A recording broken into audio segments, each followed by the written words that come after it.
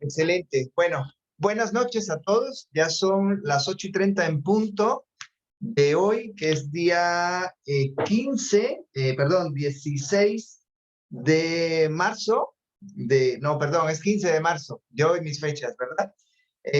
15 de marzo de 2022. Hoy tenemos otra vez a un invitado pues especial y de honor además, que es el doctor Ricardo Sevilla, y nos va a hablar sobre el trastorno por déficit de atención e hiperactividad en la infancia. Lo tuvimos hace poco con nosotros hablando justamente sobre el abordaje biomédico de la neurodiversidad, donde tocamos justamente diferentes temas, incluido el de déficit de atención, pero esta era una plática pendiente que teníamos con usted, Doc, para que justamente nos explicara con mucho más detalle sobre las características de esta alteración y su abordaje. Ya tenemos más de 130 personas conectadas en línea, en directo con usted, y ya puede iniciar cuando usted lo desee. Bueno, pues antes que nada, Adel, muchas gracias por la invitación, muchas gracias a esta red familiar que tienen todos ustedes. Y es un honor para mí verdaderamente poder compartirles algunos conocimientos que con el paso del tiempo, poco a poco uno va amalgando, los vamos tratando de ordenar y pues sobre todo que tengan ustedes un conocimiento pues científico sobre lo que en este caso vamos a abordar el día de hoy, que es el trastorno por déficit de atención e hiperactividad en el niño.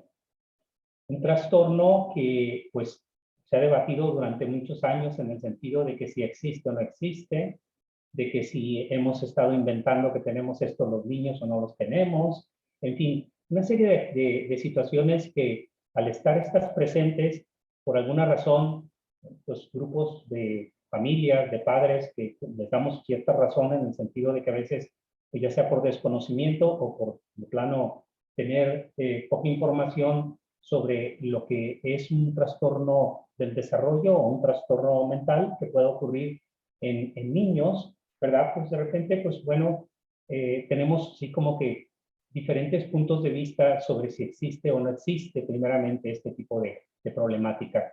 Pero lo que sí es importante entender es que cuando nosotros nos embebemos en trabajar con niños que están en desarrollo, hay que entender que los niños son un cúmulo que van desarrollando habilidades, un cúmulo de habilidades que van entrando en ellas y que esto les va haciendo tener de una manera más o menos secuencial pues un conjunto de formas de ser de ellos, ¿no? Un conjunto de habilidades que los van a tener una forma de ser.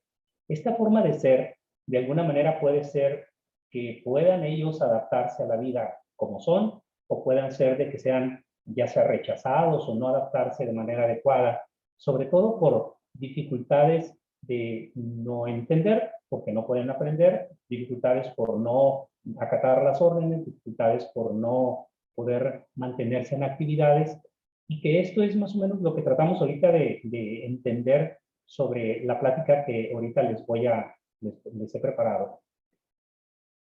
Voy a hacer la plática un poquito centrada en lo que es el diagnóstico, pero para que lo entiendan cómo hacemos el diagnóstico médico de manera internacional y un poquito sobre lo que es el tratamiento, porque en el tratamiento es donde ha habido muchos cambios con el paso de los años y la utilización de medicamentos para modificar la conducta en los niños en algunos grupos, ¿verdad? De padres, en algunos grupos, inclusive de grupos médicos también, de repente se da debate, ¿no? Entonces ahorita les voy a decir por qué se justifican, en qué se basan las justificaciones y por qué hacemos los diagnósticos como los hacemos.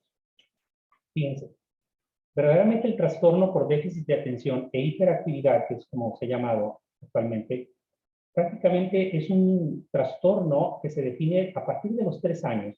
Entre los 3 y los 5 años es muy, muy difícil en ocasiones tener el diagnóstico como quisiéramos tenerlo antes de los 6 años, pero actualmente se pretende o se puede decir que los síntomas ya están presentes desde ese momento. Pero los síntomas, 3 síntomas principales que vamos a continuación a comentar, inatención, impulsividad, hiperactividad, verdaderamente van a producir ciertos grados de alteración en la conducta y sobre todo ciertas dificultades en la adecuación social. Y puede esto afectar o no en un momento dado el rendimiento escolar. Este tipo de trastorno del desarrollo llamado trastorno por déficit de la atención, hiperactividad, si nosotros vemos las grandes series que hay después de prácticamente 40 o 50 años de publicaciones constantemente, no ha cambiado mucho con respecto a que los niños son más frecuentes el que encontremos esta dificultad que en las niñas. Por lo general, el diagnóstico comúnmente se va a realizar entre los 5 y los 8 años, o sea, a finales del kinder, de lo que es preescolar, y inicios de la primaria. Pero no necesariamente ahí. Tenemos jóvenes que hasta en la secundaria o a veces hasta en la preparatoria y no siguen la universidad. Estamos viendo que han estado llevando su dificultad de una manera adecuada, o sea, han logrado salir adelante, pero cuando ya la demanda es demasiado, verdaderamente andamos haciendo un diagnóstico quizás ya en la facultad, ¿no?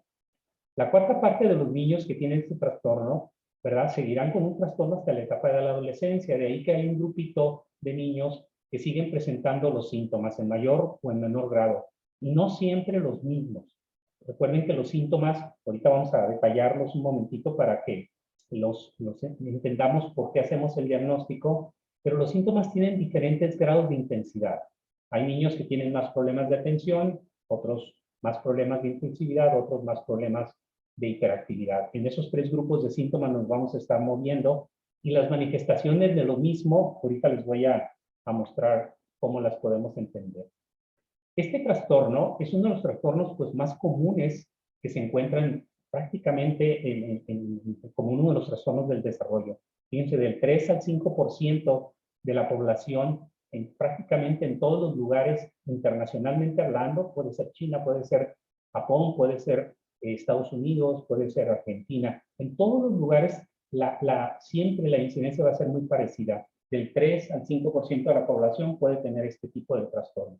Y esto cuando nosotros decimos 3 a 5%, verdaderamente estamos hablando de un problema social muy importante, porque las manifestaciones de conducta que producen este grupo de niños con trastorno por déficit de atención y hiperactividad, verdaderamente van a tener repercusiones en la vida del niño, en la vida de la familia y quizás en la vida de los vecinos y todos los que están con él, en el sentido de que va a haber muchos niños con esta dificultad que los vamos a estar nosotros constantemente conociendo y el hecho de que nosotros podamos ayudarles a identificarse ellos mismos con la dificultad.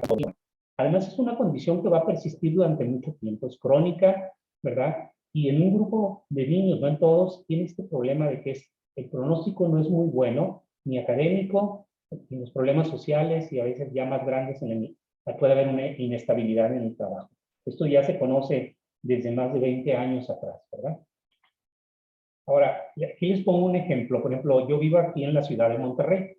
Monterrey es una ciudad de México que representa la tercera ciudad más grande que tiene aquí el país. En Monterrey hay alrededor de 1.129.000 habitantes, pero entre los 5 y los 19 años, según nuestro último censo del 2020, quedan 374.902, ¿verdad? Si nosotros hablamos de una incidencia de 3 a 5%, si nos vamos en lo alto, 5%, nos da una cantidad de 22.580 niños nada más en el municipio de Monterrey, porque la ciudad de Monterrey es una ciudad conurbada, es una ciudad muy grande, donde está 3/4 partes del estado de Nuevo León viven en la ciudad conurbada, ¿no? Aquí donde vivimos nosotros, pero nada más en el municipio de Monterrey vemos esta cantidad. Entonces, verdaderamente estamos viendo que hay una gran cantidad de niños que pudieran tener este trastorno y por eso es la importancia de conocerlo bien y poder ver de qué manera podemos facilitarles la vida a estos muchachos, ¿verdad? Ahora, esto no es algo nuevo, ¿verdad? Si nosotros nos vamos en el tiempo, si ustedes simplemente ingresan a buscar acerca de este padecimiento se ha descrito desde el siglo XIX prácticamente, y todo el siglo XX pues fue donde más se ha avanzado, y ahorita más en el siglo XXI, y han cambiado un poquito la nomenclatura.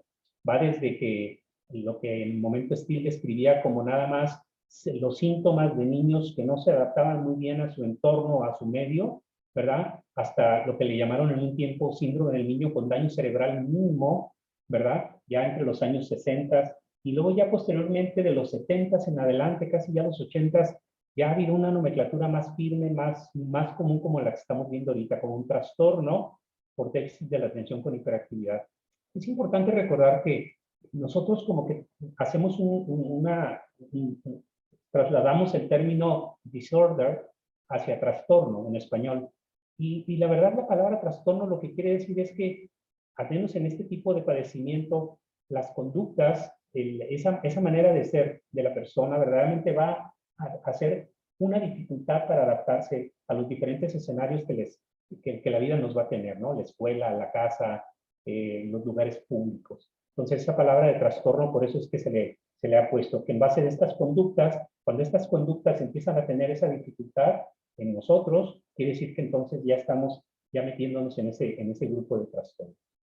Prácticamente, cuando hablamos de los 3 grupos de síntomas, hiperactividad, distractibilidad, que es la parte de la atención, impulsividad, pues ya sabemos, si nosotros tenemos estos presentes, sobre todo si tenemos los 3 al mismo tiempo, pues vamos a tener repercusiones, por un lado, en el aprendizaje, obviamente en la conducta, y podríamos tener también inclusive problemas sociales, porque esto es una amalgama de síntomas que van a estar presentes y que cuando se conjuntan, verdaderamente hacen que los niños batallen mucho para adaptarse, sobre todo se nota más en la escuela, sobre todo en la etapa escolar. Cuando hablamos de las dificultades de atención o el trastorno de atención, lo que vemos es lo siguiente, fíjense, dificultad en planear, en seguir pasos, en verdaderamente entender de los errores, en realizar correcciones en el desarrollo de una tarea, en terminar las tareas. Verdaderamente la atención hay que entenderla no como que estamos viendo a las personas, no como que nuestros ojos van a estar atentos a algo, sino más bien como la habilidad que nosotros podemos tener en poder estarnos concentrando sobre una actividad o sobre lo que se nos está poniendo en ese momento como un estímulo, pero que va a tener influencia sobre nuestro cuerpo desde el punto de vista de nuestros movimientos, de nuestra postura, y al mismo tiempo se van a controlar una serie de situaciones propias del organismo para que se quede uno en la actividad, ya sea o en el estímulo, ¿verdad? Para tratar de captarlo. A fin de cuentas, muchos de los estímulos que nosotros tenemos visuales, auditivos y de otra índole, pues van a ser almacenados como memorias. Pero en este caso, cuando hablamos de la atención y nos ponemos, por ejemplo, en un grupo, en la escuela, pues vamos a ver cómo estas situaciones, si no son fuertes, si no está bien regulada la atención, vamos a tener estas dificultades. Pero también podemos tener impulsividad, tanto motora como cognitiva.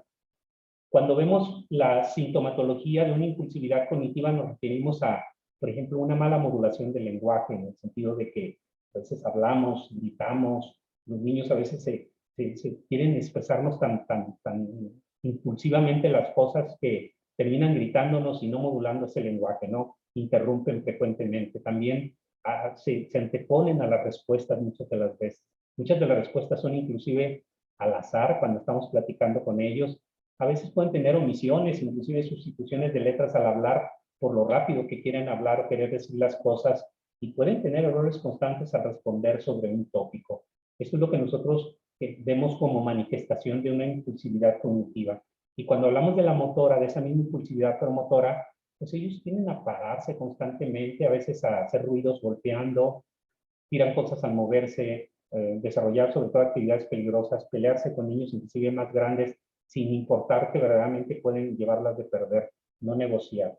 Entonces, esto, si lo asociamos todavía más con el tercer síntoma de hiperactividad, moverse excesivamente, pararse a la hora de clases, no lograr quedarse en una posición, manipular objetos y dejarlos sin acomodar, iniciar tareas y no terminarlas, pues entonces, si toda la amalgama de síntomas que ahorita acabo de mencionar la vamos juntando, verdaderamente los niños van a batallar mucho dentro de, por un lado, un salón de clases o en la misma casa, pues para seguir instrucciones y sobre todo para poder seguir secuencias de estas mismas instrucciones y quedarse con ellas, ¿no? Por ahí, en alguna ocasión leía yo una persona, un educador, que decía, cuando las escuelas se formaron, cuando las escuelas se hicieron ya bien organizadas, en el inicio se pedía que los niños permanecieran sentados. O sea, esta es una de las como digamos, primicias de las escuelas, ¿no? Siglo XIX, por allá, inclusive. Entonces, para que se mantuvieran sentados, para que uno pudiera en ellos plasmarles, pues, conocimientos nuevos, que en aquel entonces eran más limitados que los que tenemos ahorita, pero al mismo tiempo eso de quedarse sentados, no moverse y mantenerse siempre en la misma posición, eso llevaba a que un grupo de niños con estas características les resultara casi imposible mantenerse. Y ellos en aquel entonces eran frecuentes que fueran, pues, siempre molestados por los maestros, molestados por la parte de la prefectura de ahí que tuvieran en una escuela, y eran niños que a fin de cuentas, de alguna manera, inclusive terminaban maltratados. Estamos hablando del siglo XIX, principios del siglo XX, porque no se podían mantener sentados. No es que no quisieran mantenerse sentados, la verdad se les dificultaba mucho, ¿no? Actualmente hay evidentemente ya un rendimiento mayor de educación, cada son sostenida o eliminación, que en este caso puede ocurrir entonces tenemos dificultades en controlar en la que tiene como un bajo rendimiento en los niños que se van a notar mucho dentro de la escuela, que es donde, digamos, el 95% de los casos que llegan con el psicólogo, que llegan con el médico, pues son por las dificultades que se están viendo principalmente en la escuela, ya sea el kinder. Rara vez en una guardería, aunque estén hasta los 3 o 4 años los niños, nos avisan acerca de ello, pero casi siempre es la escuela la que nos envía a los pacientes, ¿no? Entonces, este grupo de síntomas, así como ahorita los estoy comentando, desde los años 70, un grupo de investigadores observaban cómo estos síntomas tenían que graduarse en intensidad y ellos trataban de decir, bueno, ¿cómo le vamos a hacer para que ese grupo de síntomas lo consideremos como arriba de esa línea de la que el niño simplemente es un niño inquieto, pues a veces, la mayoría de las veces bien intencionado, que platica mucho, pero que pues, constantemente permite, pues digamos como la mayoría, ¿verdad? Muchos de los niños con estas características hacen el día del salón de clases más atractivo porque pues tienden a hacer algo inusual, ¿no? Y casi siempre eso algo inusual resulta pues que todos los niños se puedan reír y de hecho les gusta a ellos hacer reír a los demás, ¿verdad? Son niños, la mayoría pues son niños buenos, nada más que ellos batallan verdaderamente para mantenerse en la actividad que uno les pide que se mantengan, ¿no? Entonces, estos investigadores desde ese entonces, estamos hablando de los años 70, 40 años atrás, ¿verdad? 50. Dijeron, vamos a organizar síntomas que verdaderamente puedan ser como medibles mediante alguna prueba o mediante síntomas que podamos tener siempre constantes, una vez que ya sabemos que estos 3 grupos de síntomas, los de inatención, los de impulsividad y los de hiperactividad, nos puedan servir como para poder determinar que este grupo de niños tenemos que ponerle más atención, que los maestros tienen que tener cierta condescendencia para ellos, o sea, facilitarles el que se puedan parar, que puedan salir, que puedan entrar, y esto pudiera facilitarles a ellos también estar sin mayor problema dentro de un salón de clase. Entonces, por un lado. Y otro también que en la casa pudieran seguir mejor la regla de la casa que se ponía, porque si nosotros recordamos los años 70, las reglas de las casas eran mucho más rígidas que las que tenemos ahorita, ¿verdad? Y ahí nuestro gran, todo lo que vemos nosotros, la chancla voladora y cosas por el estilo, el cinturón, que eran lo que en un momento dado hacía que uno siguiera la regla, ¿verdad? Cuando no la estaba uno tratando de entender o no podía. Entonces muchos de los niños con estas dificultades, pues evidentemente terminaban golpeados, ¿verdad? Ya sea con la nalgada, con el coscorrón, con el jalón de orejas, todo lo que ustedes puedan imaginar. ¿Por qué? Porque no es que ellos no quisieran seguir la regla, sino no podían, se les hacía difícil. ¿Por qué? Pues porque algo dentro de ellos, algo dentro estaba que no los organizaba. Bueno, todo esto, les digo, se trató de organizar en síntomas y entonces fue poco a poco evidenciando que podíamos hacer un diagnóstico de este grupo de niños en base de ciertas conductas. Y para eso, con el paso de los años, empezó a aparecer lo siguiente. Aparecieron manuales, aparecieron internacionalmente también guías que pudiéramos nosotros recurrir a ellas y para decir, estos síntomas al estar presentes, se trata de este trastorno, se trata de esta enfermedad. Dos de los importantes referentes que tenemos es lo que llamamos el Manual de Estadísticas de Enfermedades Mentales, llamado DSM-5 actualmente, que es la parte de donde se engloban las características que nos pueden hacer a nosotros hacer un diagnóstico en este grupo de niños, ¿verdad? Y lo utilizamos prácticamente en toda América. Y la clasificación internacional de las enfermedades, llamada CIE, ¿verdad? Que actualmente ya a partir de febrero entró la número 11, también clasifica las enfermedades, y este grupo de enfermedades, ¿verdad?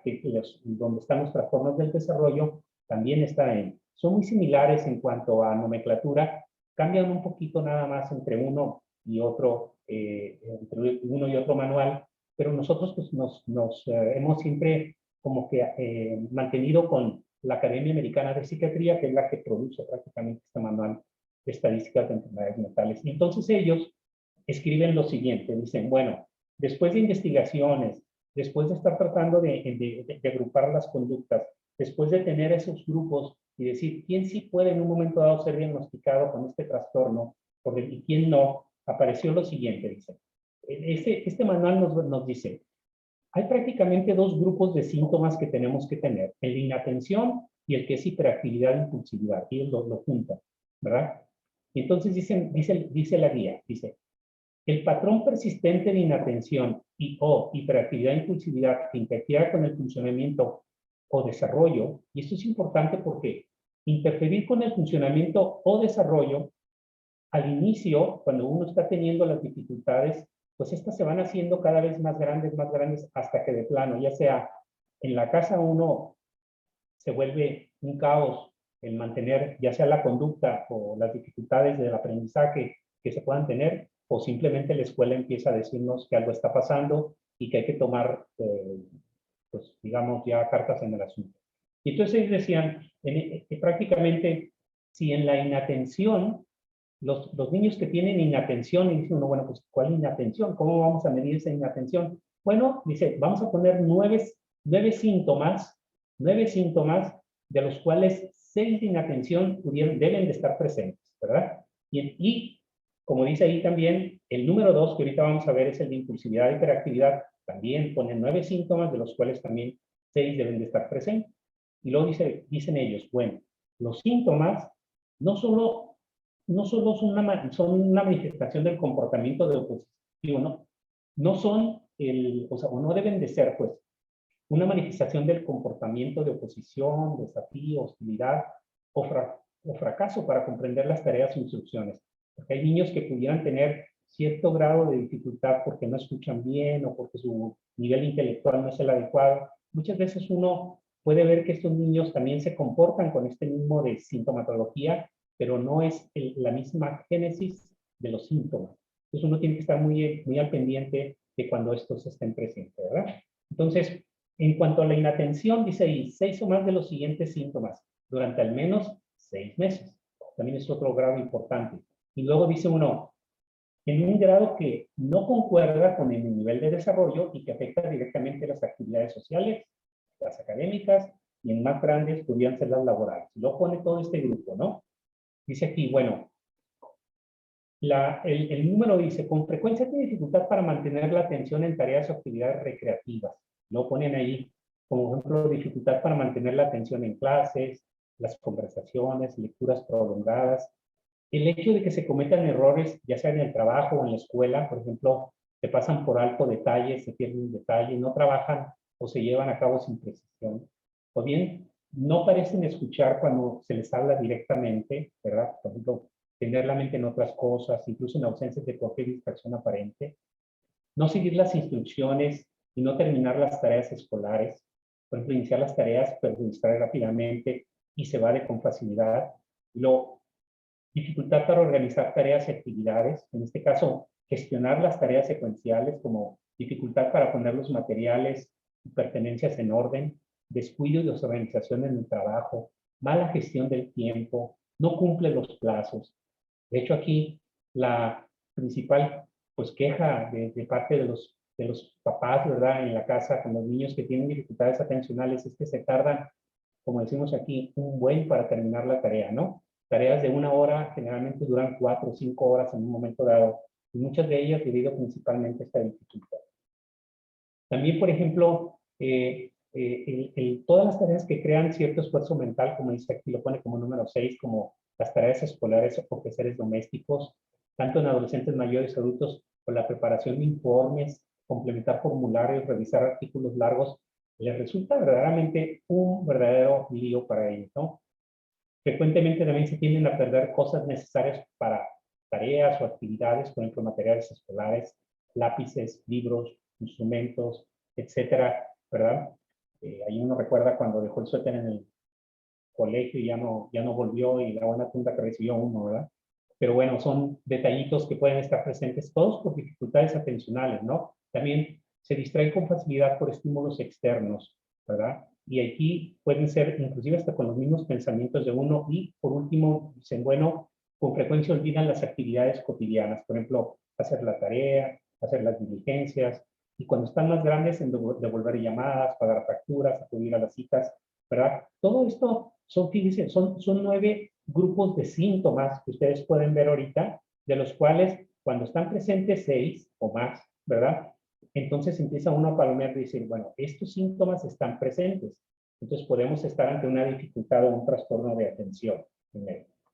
La segunda parte es hiperactividad e impulsividad, el número 2, también donde dice 6 o más de los siguientes, ¿verdad?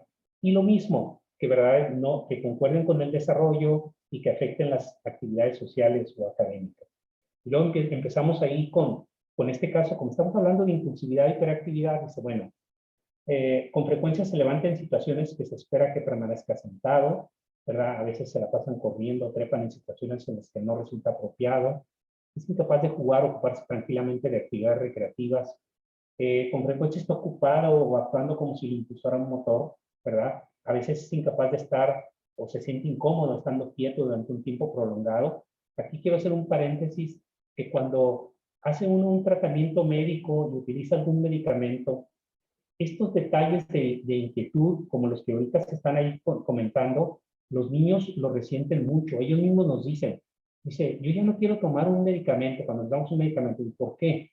Dice, es que yo ya no me paro, ya no hablo, entonces eso me incomoda. Entonces es muy importante tomarlo en cuenta con los niños porque a fin de cuentas el que está recibiendo el tratamiento es el niño. Y ahí tenemos que hacer adecuaciones para tener un punto como que medio, ¿verdad? Entre que no esté tan, no tiene por qué estar tan sentado muchas de las veces, ¿no? A veces es incapaz de estar o se sienten incómodos, quietos, por ejemplo, en restaurantes, en reuniones. Actualmente, pues las familias recurren mucho a darle la tablet o darle el celular a los niños para que se mantengan más tiempo en los restaurantes o en las reuniones. Y ellos pues sí se quedan mucho tiempo ahí porque hay muchas actividades que son de recompensa rápida, que ellos verdaderamente, para ellos es como si estuviéramos, como dicen uno, atizando, ¿verdad? O el juego, porque para ellos es lo que ellos quieren recompensas inmediatas y estarlas cambiando constantemente. Aparte, ¿verdad? Con frecuencia hablan excesivamente o responden inesperadamente antes de que se hayan concluido las preguntas. Con frecuencia les es difícil esperar su turno, interrumpen y se inmiscuyen con otros. Entonces, de estos síntomas de impulsividad e hiperactividad, así como vimos los de inatención, 6 o más, ¿verdad? Que estén presentes, ya sería la segunda parte de decir, bueno, ya tienes más de 6 de inatención, ya tienes impulsividad y hiperactividad otros 7 u 8, entonces probablemente tengas este problema de trastorno por déficit de la atención. ¿Y por qué digo probable? Porque una cosa son los síntomas y otra es el trastorno como tal. Muchos de nosotros podemos tener muchos de los síntomas que anteriormente estuve ahorita platicando y los niños los pueden tener, ¿verdad? Pero no necesariamente van a tener un trastorno por déficit de atención e hiperactividad. Tenemos que reunir los criterios que se han estado digamos, siempre poniendo. Dice, algunos síntomas de inatención e hiperactividad deberían de estar presentes antes de los 12 años. Por eso, cuando uno ve a un joven de 17 o 18 años que viene con nosotros, ya sea con el psicólogo, que viene con la historia de qué pasó en el kinder, la historia que pasó, cómo estuvo durante la primaria, por eso es importante ver a los padres, aunque ya sean muchachos grandes, es platicar con los padres para que nos digan si había síntomas verdaderamente desde más temprano. Varios de los síntomas de inatención e hiperactividad están presentes en 2 o más contextos. Esto es muy importante. Quizás esto es una de las bases para los diagnósticos, ¿verdad? Hay niños que nada más en la escuela tienen la dificultad y en la casa no tienen mayor problema, o al revés. En la casa son un verdadero lío y en la escuela son muy bien portados, hacen bien las tareas, etcétera. Entonces, eso ya como que piensa uno que no se trata de la dificultad, pero cuando están en más de 2 lugares, en la casa, en el colegio, en el trabajo, con amigos, familiares, en otras actividades, hay que pensar que ya es una forma de ser del niño y verdaderamente no la estamos cambiando. Además, que existan pruebas claras que los síntomas interfieren con el funcionamiento social, académico o laboral, o reducen la calidad de los mismos. Este término, de alguna manera, y ustedes, la mayoría de los psicólogos que están aquí, lo tomamos a veces como ambiguo, en el sentido de decir, bueno, ¿y cómo es el funcionamiento social? O sea, ¿cómo es que afecta el funcionamiento social? Y algunas mamás levantan la mano y dicen, no, doctor, es que yo no puedo estar ni 10 minutos en la fiesta de los niños, porque pues yo ya me tengo que ir.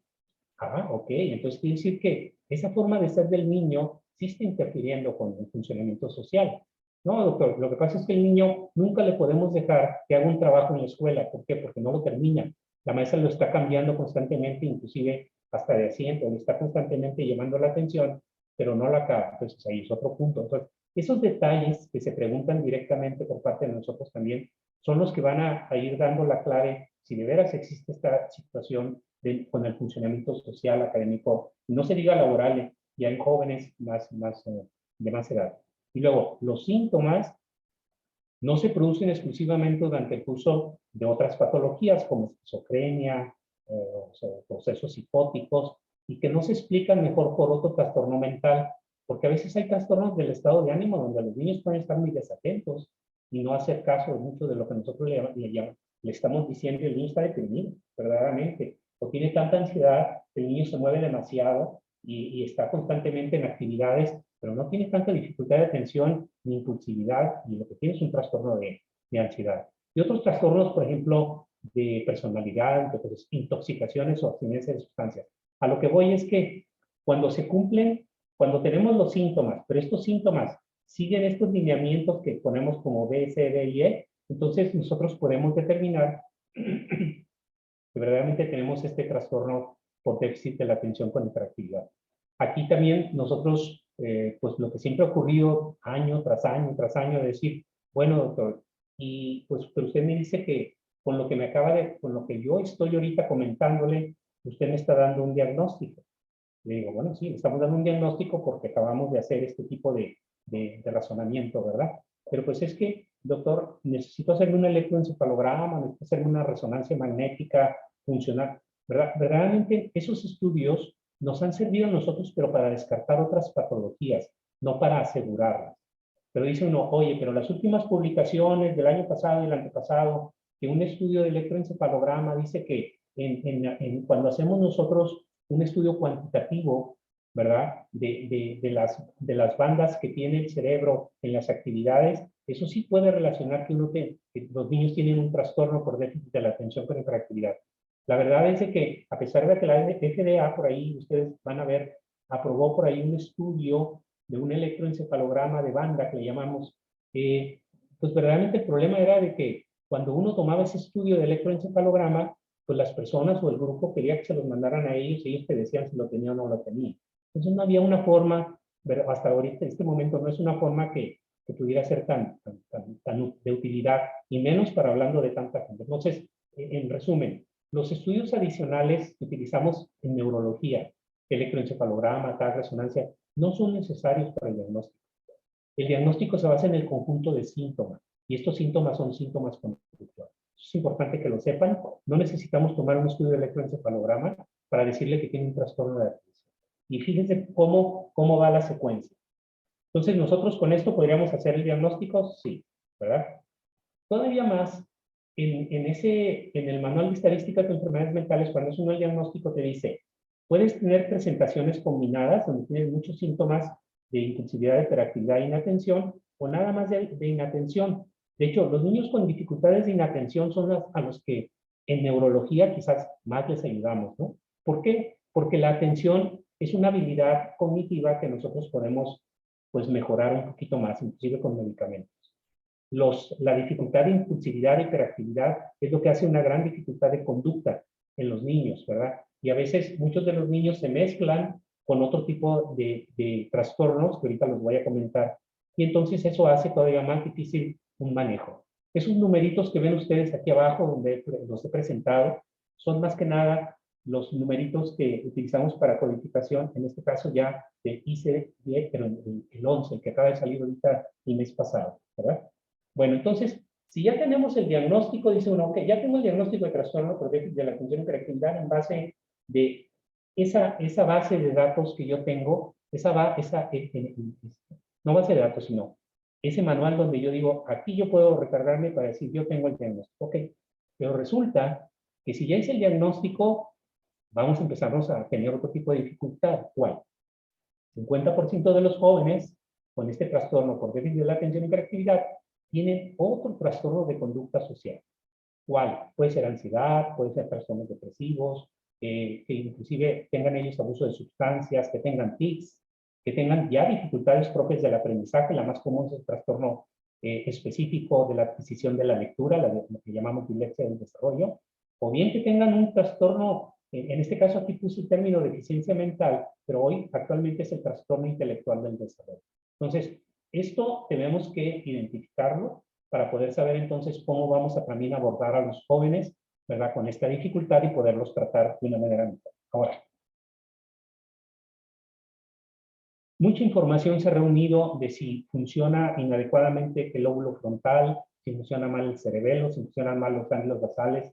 Verdaderamente, cada vez que se estudia con proyectos bastante bien organizados, paradigmas muy bien realizados, sabemos que hay no es una área del cerebro la que está funcionando mal. Es digamos, un circuito cerebral que tiene que ver con los lóbulos frontales, con las regiones centrales del cerebro donde están los ganglios basales y con su recepción hacia el cerebelo. Todo esto tiene que ver con movimiento y conducta. Entonces, esos hagan de cuenta que estos haces se ven en mayor o menor grado, pues que no funcionan adecuadamente.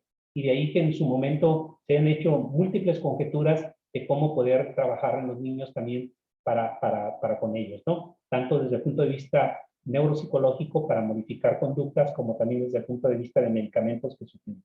Sin embargo, lo que nosotros hemos llegado hacia el tratamiento es que dice uno, pues, ¿cómo se trata un trastorno por déficit de la atención y hiperactividad? Pues, lo podemos utilizar medicamentos, podemos usar terapia educacional, terapia conductual, terapia emocional. Todas ellas van en su momento a interceder para que se logre verdaderamente lo que nosotros queremos, regular atención, bajar los impulsos y al mismo tiempo bajar un poco la inquietud para que el niño pueda adaptarse mejor a los diferentes escenarios donde va a estar. Ahora, quiero hablarles un poquito del medicamento, ¿verdad? Miren, hay varios medicamentos que utilizamos, son toda esta gama ahí que ustedes están viendo. Utilizamos varios medicamentos, pero los que verdaderamente más se han siempre utilizado son los que les llamamos estimulantes del sistema nervioso. Se llaman estimulantes porque mejoran la atención de una manera muy sostenida durante varias horas, ¿verdad? Tanto los estimulantes del sistema nervioso como los inhibidores específicos de lo que le llamamos recaptación de noradrenalina, esos dos representan prácticamente el 95% de los medicamentos para tratar estos síntomas. Fíjense bien, síntomas.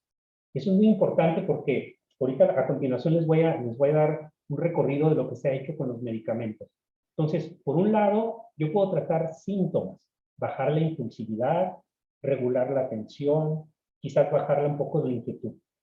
Y eso ya trabajé el trastorno por déficit de la atención. No, estoy regulando síntomas, pero ¿cómo va a ser el entorno social? ¿Cómo va a ser el entorno educativo? ¿Cómo va a ser el entorno familiar en ese momento? Pues hay que trabajar también en eso. Porque yo estoy nada más regulando los síntomas para ponerlos en las mejores condiciones y trabajar todo lo demás.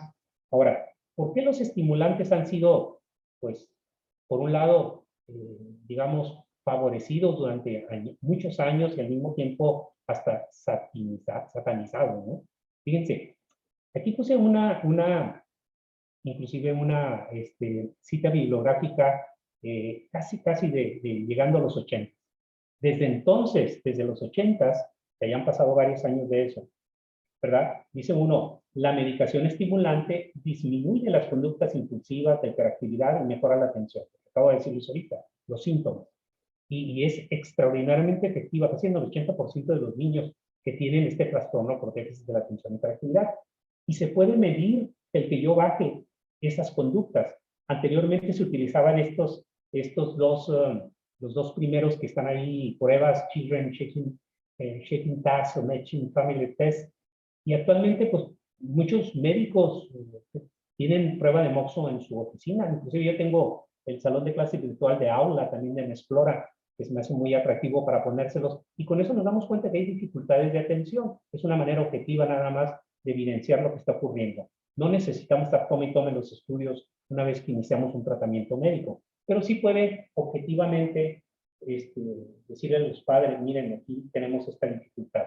Pero estos mismos objetivos que se logran con estas dos pruebas que puse aquí, se pueden lograr con las pruebas que el psicólogo les hace en un momento dado, ¿verdad? Porque se tienen pruebas para ver cómo se regula la atención o cómo se maneja la atención, ¿verdad? Inclusive los psicólogos tienden a hacer una batería más extensa, porque al mismo tiempo se prueban otro tipo de habilidades, no nada más la atención, no nada más lo que viene siendo la impulsividad o la hiperactividad.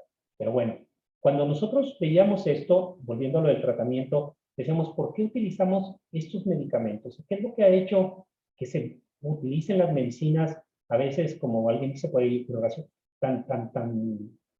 ¿cómo se dice? Muchos decían que prácticamente los usaba uno, que todo el mundo las usaba. Y me voy a referir a una sustancia que todos ustedes van a escuchar ahí, que la han escuchado todo el tiempo, que es el metilfenidato. El metilfenidato, por ejemplo, las instituciones aquí en el país, en México, la mayoría tiene metilfenidato, son genéricos la mayoría, ¿verdad? Seguro Social, ISSSTE, etcétera, tienen metilfenidato. Y esta sustancia, fíjense, fue sintetizada en los años 40, pero fue sintetizada por la época de la Segunda Guerra Mundial, ¿verdad? Este medicamento lo que trataba de hacer, o la persona que lo sintetiza, era hacer un producto diferente a las anfetaminas que ya se tenían, porque las anfetaminas se habían estado utilizando en la guerra, ustedes lo recuerdan, inclusive ahorita hay un comercial para eso de parte de lo que es el gobierno de nosotros en México, que habla de eso, pero nos remontamos a este señor, a Panizón, ¿verdad? Leandro Panizón, que es una persona que vivía en Italia y que trabajaba por los laboratorios IVA, donde él verdaderamente sintetiza este producto, ¿verdad? Que era el metilfenidato. Y este metilfenidato lo pongo así como quizás un parteaguas, porque lo que estaban tratando de hacer es encontrar otra molécula que trabajara sobre la atención, que trabajara sobre que uno se sintiera mejor, pero sobre todo sobre la atención, pero diferente a las anfetaminas que pudieran ser utilizadas de manera inadecuada. Y luego apareció entonces este medicamento que desde entonces, desde los años 40 y 50, tiene ese nombre, Ritalin. Ritalin, todo el mundo lo conoce, las mamás de todo el mundo dicen Ritalin. Algunas felices porque recibieron Ritalin, otras no quiero saber nada de Ritalin, y ese medicamento tiene N cantidad ¿cómo se llama? De likes, se puede decir, el producto, y en contra y en favor, ¿verdad? Pero este producto, digamos que es la base de algunos productos que actualmente se tienen en el mercado y que pueden, inclusive el Ritalin todavía existe, ¿verdad? Todo el mundo lo conoce. Pero ese producto que ha estado trabajándose más, ¿verdad? Y dice uno, bueno, ¿y por qué? ¿Qué tiene ese medicamento, metilfenidato? ¿Por qué lo usan tanto? Bueno, porque produce un aumento en la motivación, haciendo más interesante y excitante la tarea cognitiva. Permite observar la sobresaliente de la actividad. Y esto es muy importante. Hace más sobresaliente lo que no es de interés en un momento dado. Inclusive los estudios, eso se ha demostrado muy bien. En la época del año 2000, ¿verdad? Las personas que han trabajado tratando de entender qué hacen los productos de este tipo, ¿verdad? Se podría observar cómo cuando, por ejemplo, se da el medicamento, se activan ciertas áreas cerebrales, se inundan sobre todo de sustancias que mejoran la atención, como la dopamina, ¿verdad? Y dice uno, bueno, pues al momento de que está ocurriendo eso quiere decir de que las personas están teniendo una mayor cantidad de atención, ¿verdad? Y ahí es un ejemplo, nomás les pongo un ejemplo de cómo en la parte inferior, en la parte inferior que viene siendo esta, ¿verdad? Donde se les da el metilfenidato al momento de estar haciendo una tarea matemática, o cuando se les da una tarea matemática, pero se les da un reforzamiento económico, ¿verdad? Verdaderamente el efecto que tiene sobre la liberación de sustancias es bastante adecuado. Entonces, esos eran estudios preliminares de los años 2000. Actualmente, la resonancia magnética funcional lo puede mostrar mejor. Varios estudios han sugerido la posibilidad de que el tratamiento medicamentoso en niños Inclusive puede reducir el riesgo de abuso y dependencia de sustancias prohibidas durante la adolescencia. A veces existe algunas personas, siempre en todos los congresos que vamos, siempre va a haber una plática relacionada con esto, porque de alguna manera la parte impulsiva del adolescente, la parte inquieta del adolescente, tiende a hacer que sean más como que proclives a probar sustancias prohibidas. Definitivamente que no todos, ¿no? Estamos hablando de un grupo pequeño, pero cuando ellos son tratados previamente de estas dificultades, puede ser de que inclusive se disminuyera esta situación. Luego, ese mismo medicamento, estos medicamentos llamados estimulantes, ¿verdad? Ellos han mostrado siempre un beneficio sobre la atención, sobre la inquietud, sobre la impulsividad, la disminuyen, la regulan. Pero sobre todo mejoran las conductas que son oposicionistas, disminuyen la agresión, mejoran la relación social. Esto en el mejor de los casos que tolera el medicamento y que verdaderamente se dé de una manera racional, ¿verdad? Inclusive hay niños que hay días que no lo toman y sigue el efecto inclusive benéfico que puedan estar teniendo ellos, ¿no? Ahora, cuando se suprime bruscamente un producto de este tipo, pues también hay que pensar que es como cuando uno está tomando café todos los días, ¿verdad? Puede haber una reacción que lo siente el organismo, pero no producen esa tendencia a lo que todo el mundo tiene miedo y que todos nosotros siempre hemos pensado que no debemos ¿cómo se llama? De siempre estar seguros de que no vaya a producirse de ninguna manera un acostumbramiento al producto en el sentido de que pueda estarse necesitando, si no, la persona no hay una adicción hasta ahorita con este tipo de producto y menos los que son de liberación retardada. Cuando se toma la medicación por largo tiempo y se suspende bruscamente, puede ocurrir inclusive algo de depresión y fatiga extrema, sobre todo se ve mucho en adolescentes, en niños pequeños no tanto. Y la reducción gradual de la medicación es recomendada siempre que estemos trabajando con ella. Luego, con esos datos que se acumulaban en aquel entonces de decir, estos medicamentos estimulantes hacen esto, pueden regular los síntomas, pues en los años 90, ¿verdad? Y finales de los 90 apareció este estudio. Este estudio está muy interesante porque a veces en la medicina nosotros tratamos todo de ponerlo racional, de decir, la estadística dice que de veras esto funciona. Y este es un estudio de esos, un estudio que obviamente, aunque fue auspiciado por varias universidades y al mismo tiempo por laboratorios, ¿verdad? Porque ellos habían logrado hacer que el metilfenidato durara más tiempo en el organismo y dijeron, pero primero tenemos que probar, o sea, hacer científicamente que verdaderamente esto funciona. Entonces utilizaron en los años 90, finales de los 90, ¿verdad? Esto se hizo en el 99, hicieron este estudio llamado Multimodal Treatment Study of Children with Attention Deficit. Entonces, este estudio lo que trataba de hacer era demostrar que ese estimulante, ese medicamento metilfenidato, de veras podía cambiar el rumbo del trastorno. Eso es lo que decía, que al disminuir síntomas podemos ayudar a los niños. Entonces ellos dijeron, vamos a hacer un grupo que tenga nada más el estimulante, el medicamento, y utilizaron la marca esta. Otro que nada más lleve una conducta, un tratamiento conductual intensivo, pero que no el medicamento. Otro que tenga el medicamento y aparte también el tratamiento conductual intensivo. Y otro, son 4 grupos. Dijo, vamos a ver lo que hacen los maestros en el salón de clases y lo que el papá y la mamá pudieran hacer, ¿verdad? Fueron 6 grupos de investigadores independientes en diferentes partes que se llevó a cabo en los Estados Unidos. Se enrolaron son cerca casi de 600 niños para ese estudio.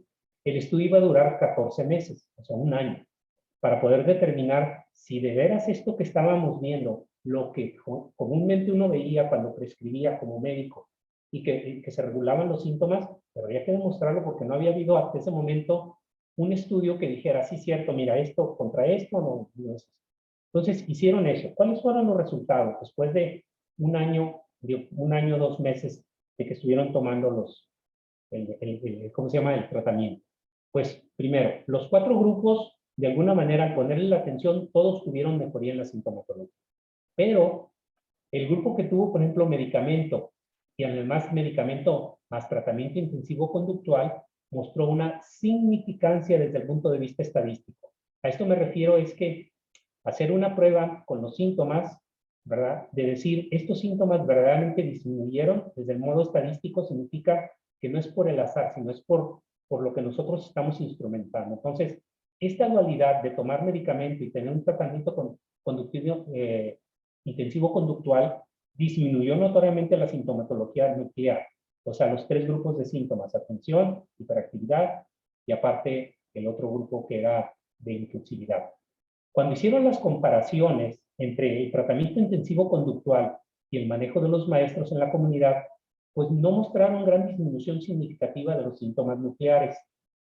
Y por lo tanto dijeron, el tratamiento combinado no difirió con respecto al tratamiento medicamentoso en los síntomas nucleares. O sea, el dar el puro tratamiento médico con un medicamento, al disminuir los síntomas nucleares, verdaderamente podía disminuir parte de lo que daba origen al trastorno por déficit de la atención con hiperactividad, modulaba los síntomas.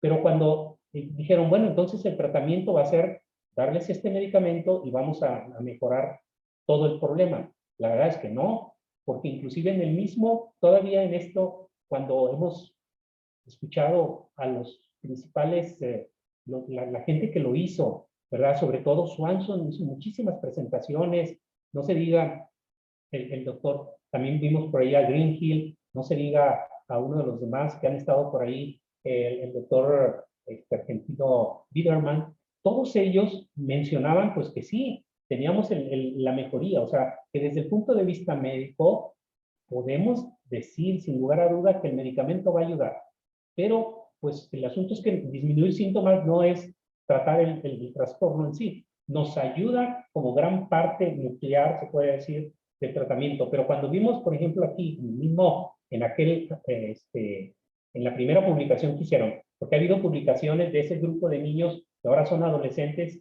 y ahora ya no son adolescentes, ahora son adultos y los han estado siguiendo. Sobre todo Swanson ha tenido un grupo grande de jóvenes que ya pasaron a la edad adulta y los ha seguido.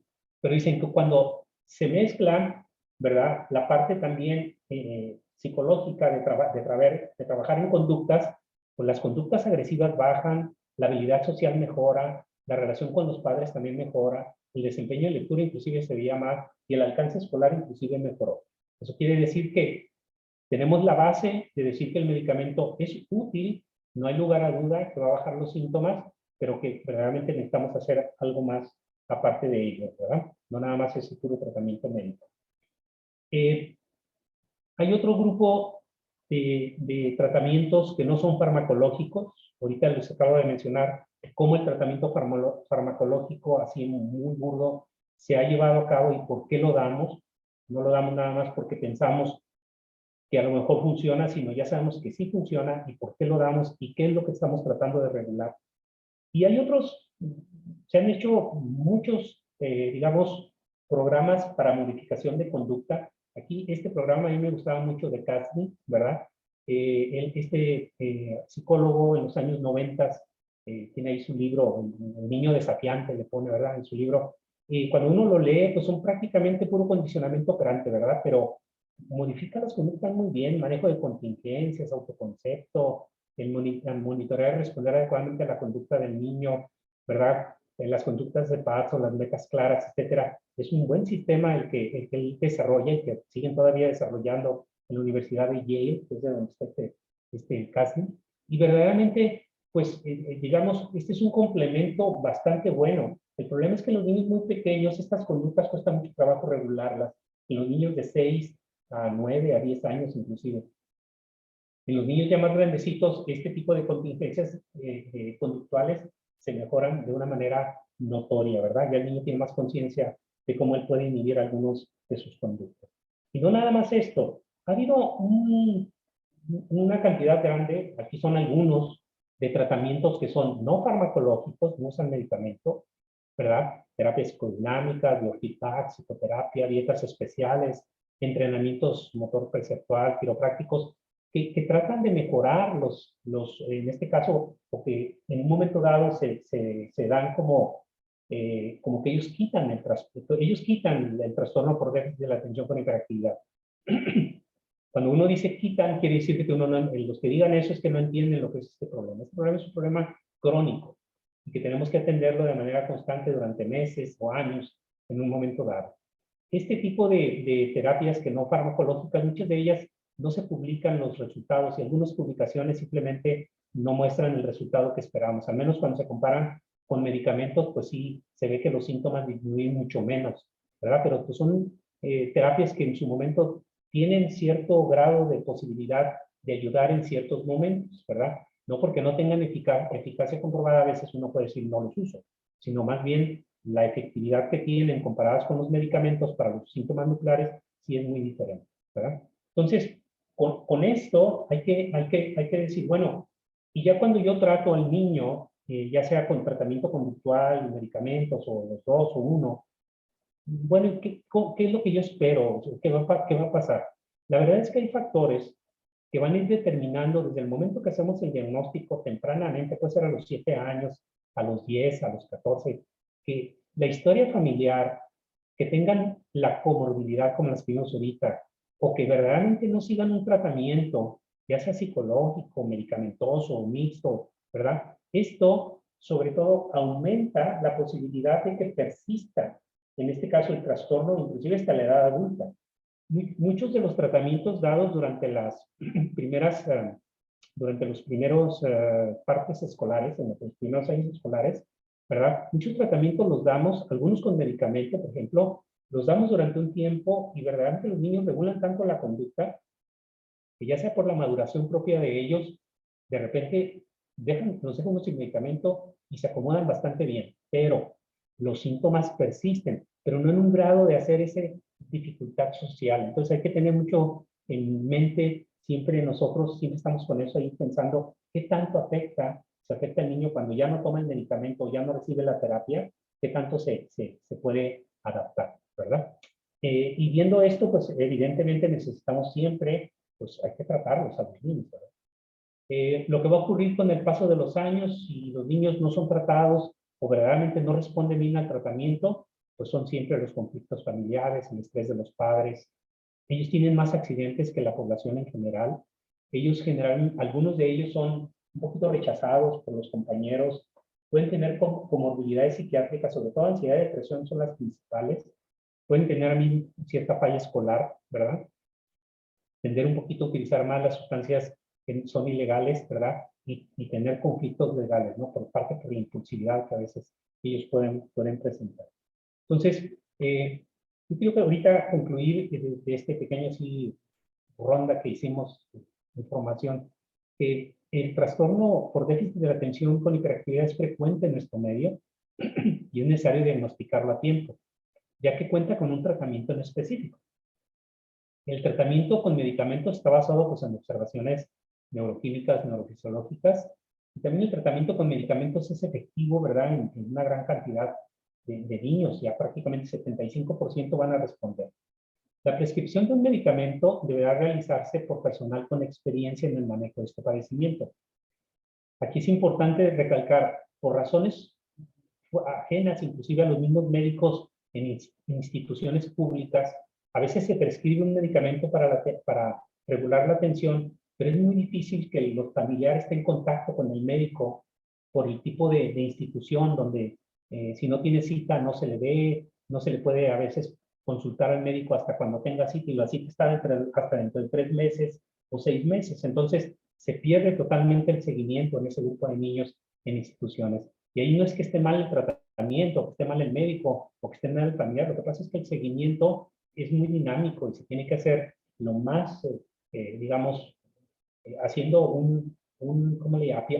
Apadrinamiento, dice uno, ¿verdad? Con los niños y con los familiares, ¿verdad? 1 de cada 3 niños con este trastorno mostrarán una alteración de conducta o emocional agregada a su problema de base. Y eso lo tenemos que identificar tempranamente, porque a veces cuando los niños empiezan a tener un trastorno de ansiedad, el mismo medicamento que es estimulante puede facilitar ese trastorno de ansiedad y hacerlo hasta más grande, ¿verdad? Y entonces nosotros, si no estamos al pendiente de ello, vamos a tener entonces otro tipo de dificultades conductuales relacionadas con eso. La terapia psicológica y educacional van siempre encaminadas a mejorar los hábitos de estudio, mejorar la autoestima, regular la conducta, mejorar el proceso de adaptación en el niño en diferentes escenarios sociales Así que el acompañamiento a través del psicólogo, del educador, siempre va a ser de mucha utilidad en este grupo de niños. Y los padres y maestros pues deben de participar activamente para poder responder adecuadamente ante la exigencia que produce el niño con este tipo de trastorno. Por eso es común que los psicólogos conductuales, que cuando están trabajando sobre un programa, no nada más se le da la terapia al niño, se le da la terapia, también los padres participan, porque los padres tienen que tener esa contingencia de las conductas, las cuales ellos mismos saben cuándo es cuando se presentan con mayor dificultad y cómo pues ellos la puedan regular o cómo poder hacerles ¿cómo se dice? Pues trabajar con grados de contingencia sobre ello, ¿no? Porque sabemos de casos en los que a veces la misma familia se vuelve muy rígida y quiere que verdaderamente el niño haga lo que no puede hacer verdaderamente y termina aquello en un lío tremendo y sobre todo pues terminamos lo que no queremos, maltratando a estos niños, ¿verdad? Bueno, pues yo creo que ahorita puedo responder alguna pregunta, si es que tenemos tiempo, ¿verdad? Pues adelante. Muchas gracias.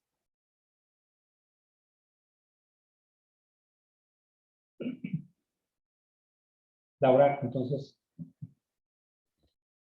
Sí, adelante. Me parece que pueden activar los micrófonos, pero bueno, voy dando, si no,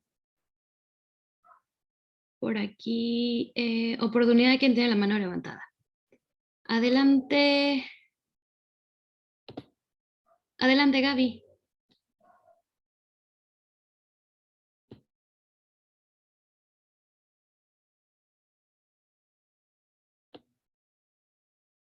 Ya solicité ahí. Bueno, ¿me escuchan? ¿Me escuchan?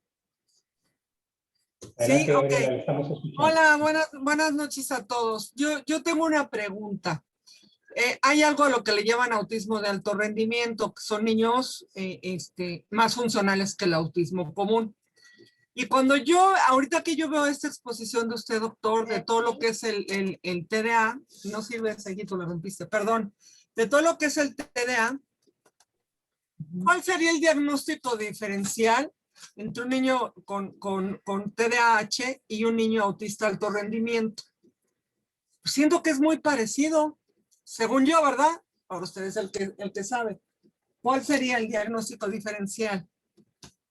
Bueno, más que el diagnóstico diferencial hay que entender que actualmente el trastorno del espectro autista tiene como comorbilidad el trastorno por déficit de la atención con hiperactividad. Entonces, o sea que entra dentro del autismo. No. Tener comorbilidad es tener una patología añadida. O sea, los niños que tienen un trastorno del espectro autista de funcionamiento alto pueden asociarse a tener un trastorno por déficit de la atención con hiperactividad. Ya se ha podido determinar que sí se puede diagnosticar aparte. ¿Sí? Ok, pero a la hora que vas a hacer un diagnóstico, ¿cómo separas a un niño de autismo alto rendimiento de uno con TDA e hiperactividad? Gaby, perdón, no, justamente era algo que íbamos a comentar ahorita. Estaba yo tratando de abrir mi micrófono, pero no podía. Pero es justamente entender, Gaby, que las dos cosas pueden existir simultáneamente. De hecho, era la pregunta que le iba a hacer yo al doctor Sevilla, justamente. ¿Con cuánta frecuencia nos encontrábamos al déficit de atención puro y con cuánta frecuencia nos encontrábamos a los trastornos por déficit de atención con hiperactividad asociados o vinculados a otras alteraciones? Por ejemplo, en la discapacidad intelectual o incluso en los trastornos del espectro del autismo, que sabemos que muchas veces también puede existir, ¿no? Creo que por ahí va un poquito la pregunta que nos está planteando ella. Sí, quiero darle un poquito más en esto. Hay tres trastornos que hemos siempre tenido cierta dificultad, como lo que usted menciona ahorita, cierta dificultad en poderlos entender como separados, porque muchos de repente se están como metiendo. Uno, un grupo grande de niños con trastornos del espectro autista cursan con un trastorno intelectual del desarrollo. Y de ese grupo de niños con trastorno intelectual del desarrollo, ¿verdad? Porque su coeficiente intelectual no llega a ser adecuado. Dentro de las conductas que presentan, algunos reúnen características de un trastorno por déficit de la atención con hiperactividad. Pero fíjense, a diferencia del grupo de los niños que tienen trastorno por déficit de la atención con hiperactividad, que nosotros inclusive utilizamos, como ustedes lo vieron, algunos medicamentos, sobre todo esos medicamentos estimulantes, ¿verdad? No es tan usual que los tres grupos de síntomas que constituyen el trastorno por déficit de la atención con hiperactividad sean resueltos o sean mejorados con los niños que tienen esa gama asociadas. O sea, un niño que tiene un trastorno del espectro autista de funcionamiento medio, por decirlo así, pero que el coeficiente intelectual no es adecuado, pero tiene muchos síntomas de un trastorno por déficit de la atención con hiperactividad.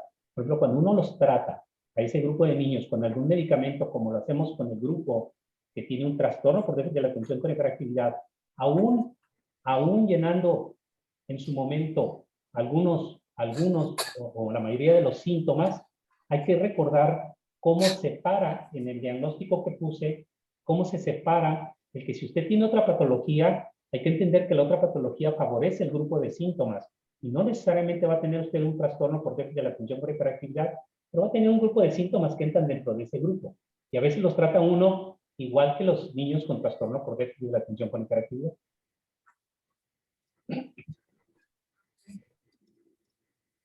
Ok, gracias, doctor. Muchas gracias, Doc. Oiga, tengo aquí varias preguntas. Antes de pasarle la palabra a los demás, algunos estuvieron escribiéndole un par de preguntas en el chat y voy a aprovechar para mencionárselas. Uno de ellos es la opinión que tiene, nos pregunta Arturo Garza, la opinión que tiene sobre el uso del CBD en el tratamiento del déficit de atención. Es un comentario muy, digamos, es una pregunta que se reitera mucho, no solamente en déficit de atención, sino también en otras alteraciones. Ahí, ¿qué opinión tiene usted o qué resultados nos puede compartir?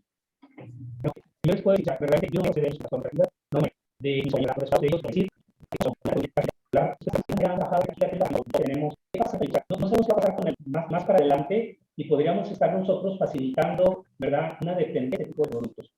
Con mucho eso, que no es como que el medicamento de elección ahorita, el CBD. No sé si hay algún médico ahorita en la audiencia. No, incluso, sí. Incluso, Doc, le podría yo ahí, apoyando un poco su comentario, yo he estado buscando bibliografía sobre ese tema porque es una pregunta muy recurrente en todo lo que vamos haciendo y muchas veces para poder dar una opinión, pues prefiero dar información y no opiniones, ¿no? Y una de las cosas que he encontrado es que hay varios estudios, sobre todo con el uso, por ejemplo, a lo mejor no tan directamente el CBD, pero sí de todo lo que tiene que ver con el cannabis propiamente y de que el abuso a veces en las sustancias, sobre todo en periodos tempranos de desarrollo, sí puede ciertos procesos, como la memoria, desde el punto de vista neuropsicológico. Entonces hay como ciertos elementos ahí que tendríamos que realmente considerar. Cuando hacen investigaciones están buscando los beneficios, pero de pronto si no se hace un buen protocolo de investigación, pues se pierde. Por eso sigue siendo un tratamiento que está como en observación, siento yo, y que tienen que pasar varios años para que realmente tengamos no solamente la certeza de que puede ayudar, sino que también mi preocupación es que ayudando a algo alteremos otra cosa, ¿no? Es como de pronto algunos tratamientos que se dan en epilepsia y que también pueden afectar otros procesos cognitivos, por ejemplo, ¿no? O sea, siempre hay el factor positivo y el factor que se puede asociar en ese sentido, ¿no? Aquí... Adelante. No, adelante, por favor. No, es que yo creo que para el auditorio ahorita, al menos hasta ahorita, con los estudios que hacen los investigadores relacionados al cannabidiol o a CBD, verdaderamente hasta ahorita no podemos recomendarlo y sobre todo yo sí haría mucho énfasis en que los productos que se consiguen ya ahorita en tiendas que venden cannabidiol y que les dicen a ustedes, usen estas gotitas, miren, esto es natural, pues sí es muy natural, o sea, verdaderamente la hoja, ¿verdad?, de este producto de cannabidiol, pues sí, pues viene de la hoja que le llamamos marihuana, pero el asunto es que la forma artesanal como se hace contiene múltiples cannabidioles que no sabemos exactamente qué van a hacer. Y la verdad a mí me daría pero mucha preocupación dárselo a uno de mis hijos. ¿Por qué? Ni siquiera a mis pacientes, porque no sé qué le estoy dando. Entonces, esa es una situación, no porque sea natural va a ser de utilidad. Un ejemplo les voy a poner de otro producto natural, vean, ¿verdad? Por ejemplo, hace poco veía un estudio de unos alemanes que hablan sobre el ginger. El ginger, en español, ginger, ¿cómo se llama este tubérculo? A ver, ayúdenme, el ginger es se me fue El jengibre.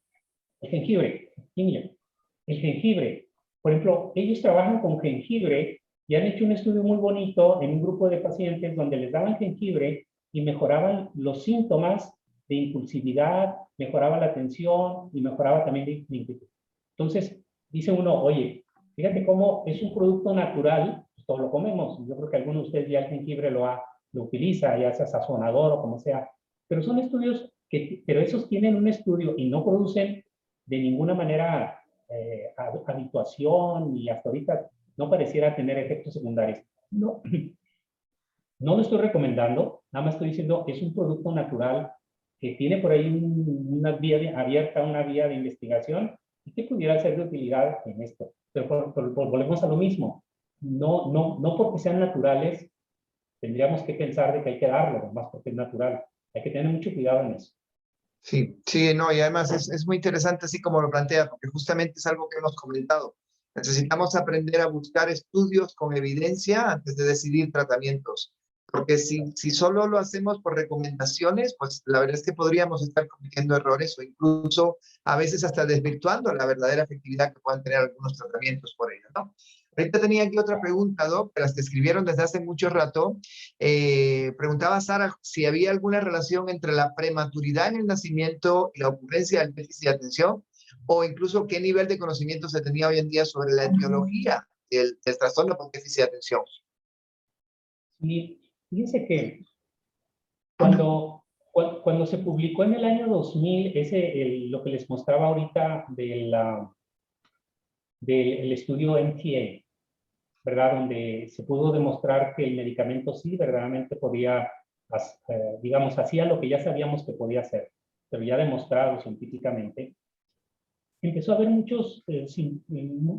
serie de investigaciones que algunas ya estaban en evolución, pero relacionadas con qué pasaba con los niños prematuros, los niños de pretérmino, que muchos de ellos terminaban en cuidados intensivos, utilizaban varios medicamentos, tenían inclusive algunos hemorragias cerebrales pequeñitas que se reabsorbían completamente, grado 1, grado 2, cuando mucho.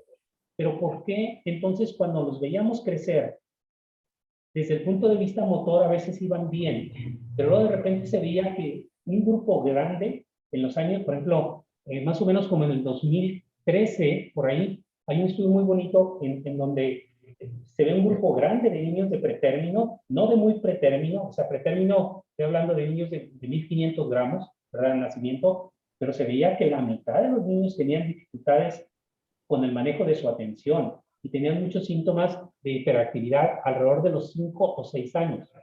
Entonces decía, bueno, ¿y qué es lo que está pasando? Bueno, cuando eso se tenía por ahí, platicando con los investigadores, sobre todo holandeses que han trabajado mucho en eso, ellos decían, lo que pasa es que hay un problema en este grupo de niños por donde ocurre la hemorragia, fíjense, donde ocurre la posible... Muchos de los niños de pretérmino hacen hemorragias llamadas así muy técnicamente hablando, subependimarias periventriculares, así es el nombre técnico. Pero es un lugar que está pegado a los ganglios basales. Y entonces el núcleo caudado casi siempre sale como que no muy bien beneficiado. Y estos investigadores que trabajan sobre la conducta decían, es que ese núcleo caudado es más pequeño.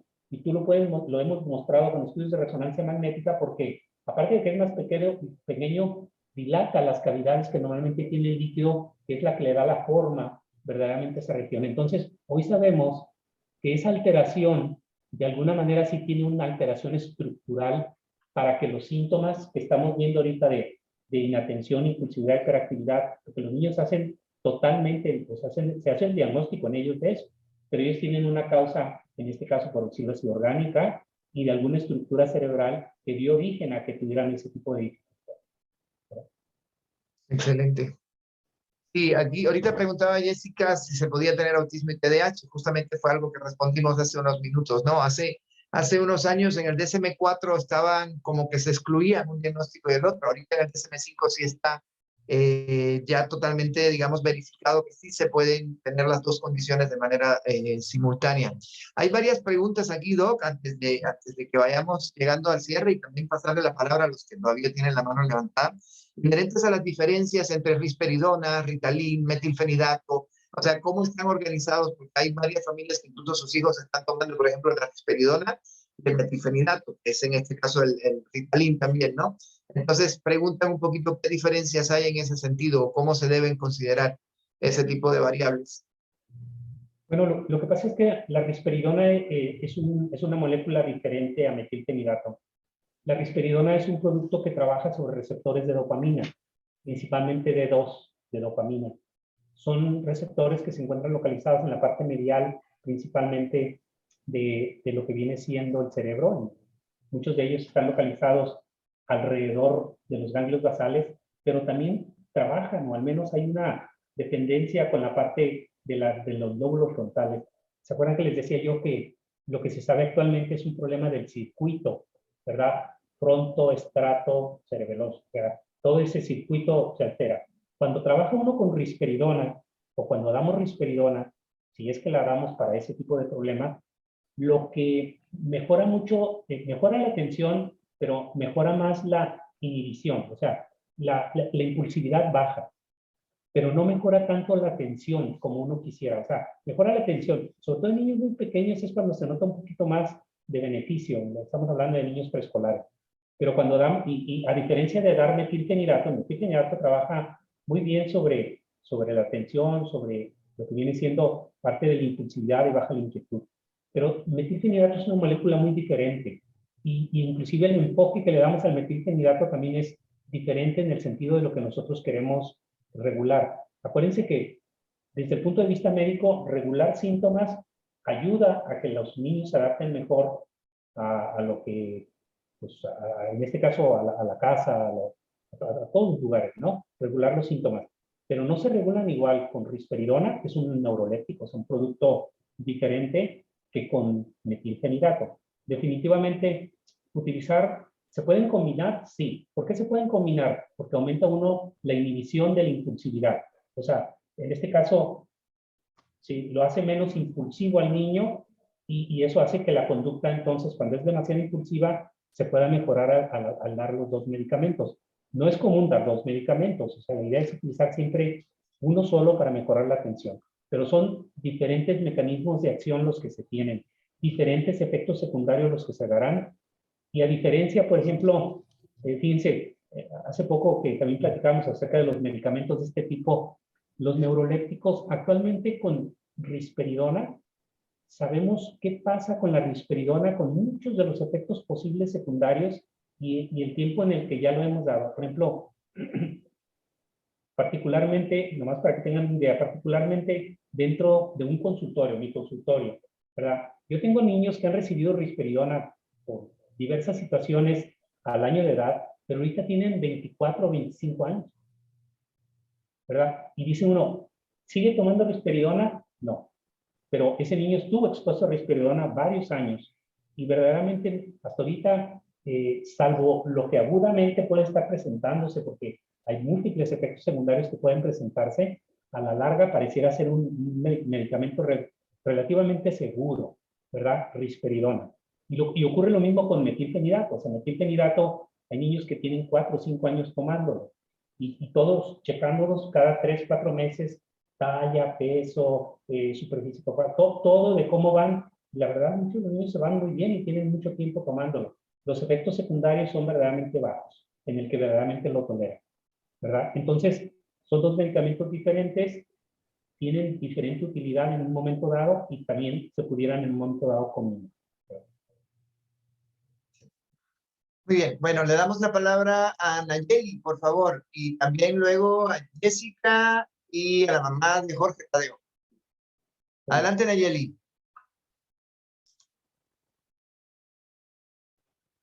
¿Ya me escuchan? Sí, ya. Ok. Bueno, buenas noches, Doc. Muchas gracias por su tiempo en explicarnos. Mi pregunta es la siguiente. Mire, yo tengo un niño de 4 años y medio. Me lo diagnosticaron con TDAH, con hiperactividad e impulsividad. Nos comentan que pues así nos dieron el metilfenidato, pero la cuestión es que el niño es que no habla. Entonces, mi pregunta es, para que sea considerado TDAH, ¿tiene que hablar o también puede ser igual un caso de TDAH que no es autismo, pero considerando que el niño no habla? No sé si me explico. Sí, sí, sí. Fíjese que yo lo que le puedo responder aquí es que evidentemente el niño entre más pequeño es, entre los 3 y esos 3 años, entre los 3 y los 6 años, muchos de los niños pueden reunir prácticamente todos los requisitos de un trastorno por déficit de la atención y hiperactividad, pero si tienen una comorbilidad, en este caso es un trastorno del desarrollo del lenguaje, o como dice usted, si tuviera grados variables o no de un trastorno del espectro autista en ese momento, esto hace que entonces lo que estamos nosotros trabajando como un trastorno por déficit de la atención con hiperactividad, quizás muchos de los síntomas que estamos viendo no correspondan verdaderamente a la génesis del trastorno como tal. ¿Qué es la génesis del trastorno? Actualmente se cree que esos circuitos que ahorita les comentaba, que van del lóbulo frontal a la parte medial del cerebro, de los basales al cerebelo, ¿verdad? Pues están más regulados y lo que hacemos a veces con medicamentos, con la conducta es tratar de regularlos. Pero síntomas similares pueden verse simplemente en los niños que tienen un trastorno del espectro autista, pero mucha de la inatención del niño con trastorno del espectro autista no obedece a una dificultad atencional como tal, sino muchas de las veces es por la falta de interés, por la no intención, por la dificultad social, no precisamente como un trastorno específico de la atención como los que vemos en esto, ¿no? Entonces, ahí hay que separar las cosas porque, a fin de cuentas, en el tratamiento nosotros tratamos de enfocar habilidades que tiene que desarrollar el niño y regular conductas que impiden que esas habilidades se lleven a cabo o se desarrollen, y al mismo tiempo, otra vez, regular conductas para que él pueda estar bien en la escuela, en la casa, etcétera, ¿no? Pero así como usted lo plantea, en este caso, que pudiera traer un problema de lenguaje, trae un problema de lenguaje, pero no saben si tiene un trastorno del espectro autista y aparte trae síntomas de un trastorno por déficit de la atención con hiperactividad, pues evidentemente se va a trabajar a fin de cuentas regulando síntomas, pero importante saber qué es lo que le pudiera en un momento dado, ¿cómo podríamos decir? Cómo acomodar un tratamiento más efectivo, pero dependiendo del diagnóstico específico que pudiera tener. En pocas palabras, hay que estar bien seguros de qué es lo que tiene el niño para poder dar ese tratamiento. Correcto, yo pienso exactamente lo mismo que está diciendo. Ahí habría que hacer una muy buena verificación primero del diagnóstico antes de tener esa certeza de que pueda hablar de un déficit de atención sin lenguaje, porque probablemente el compromiso vaya a lo mejor en otro camino. Adelante la mamá de Jorge Tadeo y después le sigue Jessica, por favor.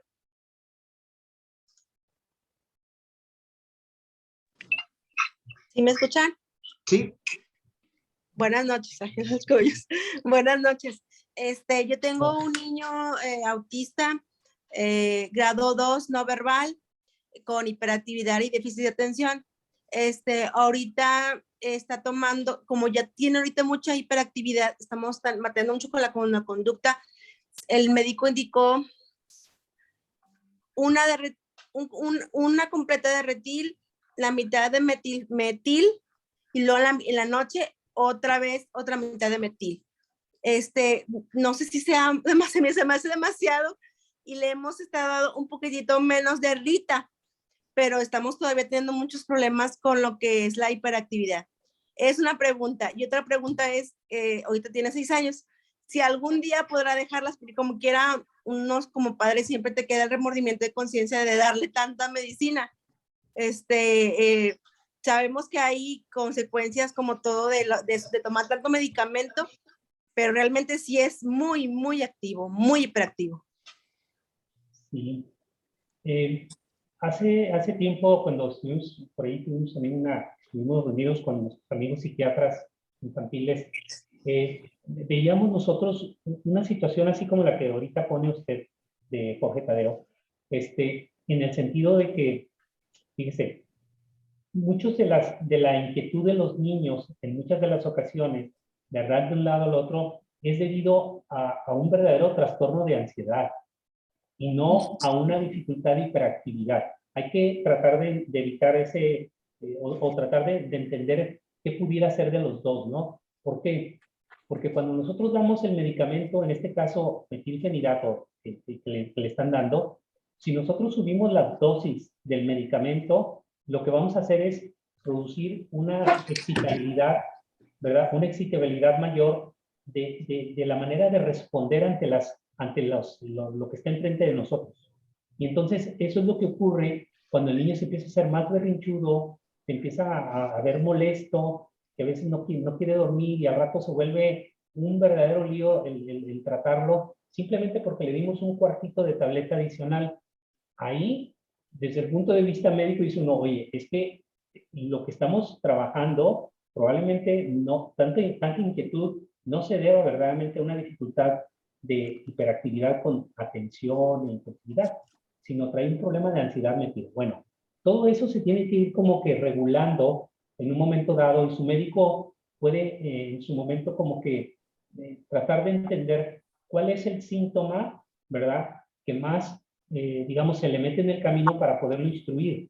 Porque vuelvo a lo mismo, fíjense, estos trastornos del desarrollo, y voy a hablar en general de la mayoría de los trastornos del desarrollo, no tienen un tratamiento específico, ni de terapia, ni de medicinas, hasta ahorita, ni de medicinas, ¿verdad? Entonces, ¿qué hacemos? Dice, pues regulamos conductas, favorecemos el desarrollo de habilidades y buscamos la manera de que ellos se adapten mejor a la vida y a la sociedad. En el caso suyo, de ahorita lo que me dice Tadeo, lo que ha ocurrido es que o está tratando su médico de bajar la inquietud, porque verdaderamente ha de ser un verdadero lío, o sea, ya cientos de veces se puede decir de que él queda volteado todo el consultorio cuando viene un niño así. Pero aquí lo que habría que ver, a fin de cuentas, después de todo lo que le acabo de comentar, es que si verdaderamente es la ansiedad lo que favorece lo que el niño se inquieta, la falta de entendimiento de su medio que tiene, o la verdad, muchas de las veces hemos encontrado en los niños con trastornos del espectro autista mucha sensibilidad que lo hace constantemente estarse moviendo, pero por la sensibilidad, ya sea a lo que trae puesto, o la sensibilidad, a veces hasta los mismos olores y sabores, ¿no? que pueda estar teniendo. Entonces aquí como que habría que, híjole, retomar muy, digamos, como que ver qué es lo que más le está funcionando, se puede decir, del tratamiento, e inclusive quitar y poner algunos medicamentos que pudieran, pues, digamos, disminuir esa gran inquietud que tiene. A veces bajando la dosis del medicamento se muestran mejor que con el medicamento así como lo tiene, ¿verdad? Y una evaluación muy integral. Esto que comenta de los problemas de integración sensorial también influyen bastante en ese sentido. Bueno, ahora sí, pasamos a la última pregunta. Jessica, por favor, ya tienes el micrófono activado. Gracias, buenas noches, doctor. Un placer escucharlo desde Torreón, Coahuila. Mamá de un niño hermoso con TDAH, más cargado a la impulsividad, con diagnóstico mixto. Mi recomendación para los papás, digo, es un tema que involucra a la familia, sin duda, pero bueno, ahora sí que mi recomendación como mamá para todos los que están aquí es ir con el especialista indicado, el neurólogo, pediatra, etcétera, seguir el tratamiento. Si hay un tema de ajuste, sin duda, como mamá, como papá la sufrimos al principio.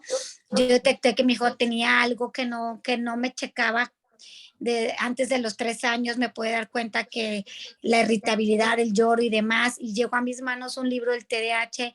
Al leerlo pude entender que mi hijo tenía eso, lo acepté, me costó mucho, le busqué por el lado de la nutrición, que sí ayuda mucho, por los suplementos nutricionales, que claro ayudan, pero sin duda, hoy por hoy recomiendo el tratamiento farmacológico, se dice, doctor.